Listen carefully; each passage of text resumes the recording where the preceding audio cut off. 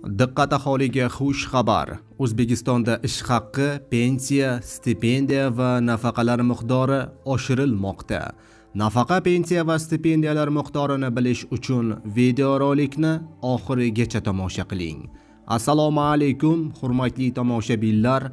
O'zbekiston va jahonda sodir bo'layotgan eng so'nggi va dolzarb xabarlarni o'tkazib yubormaslik uchun hoziroq like tugmachasini bosib qo'yishni unutmang.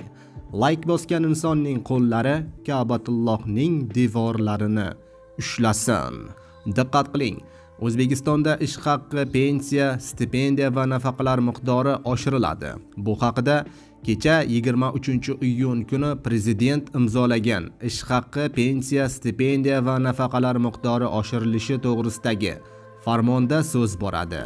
Farmonga ko'ra 2026-yil 1-iyuldan boshlab pensiya va nafaqalar hamda ijtimoiy reyestrga kiritilgan oilalarga bolalar nafaqalari hamda moddiy yordam to'lovlari miqdori 7% ga oshiriladi.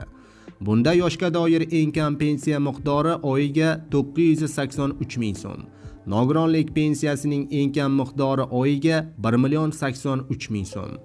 Joriy reyestrga kiritilgan oilalarga bolalar nafaqasining har oylik miqdori 3 yoshgacha bo'lgan bitta kichik farzand uchun 386 ming so'm, 3 yoshdan 18 yoshgacha bo'lgan bitta farzand uchun 295 ming so'm.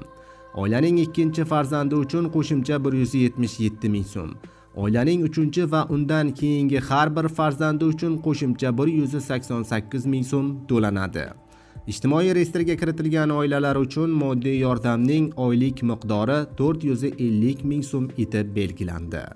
2026-yil 1-sentyabrdan budjet tashkilotlari xodimlarining ish haqqi, stipendiyalar miqdori 7% ga oshiriladi. 2026-yil 1-iyuldan pensiyani hisoblashning bazaviy miqdori oyiga 504 ming so'm etib belgilandi. 2026-yil 1-sentyabrdan mehnatga haq to'lashning eng kam miqdori oyiga 1,360 ming so'm etib belgilandi.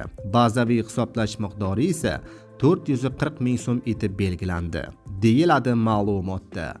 Azizlar, so'nggi xabarlarni o'tkazib yubormaslik uchun hoziroq like bosib, kanalga obuna bo'lishni unutmang.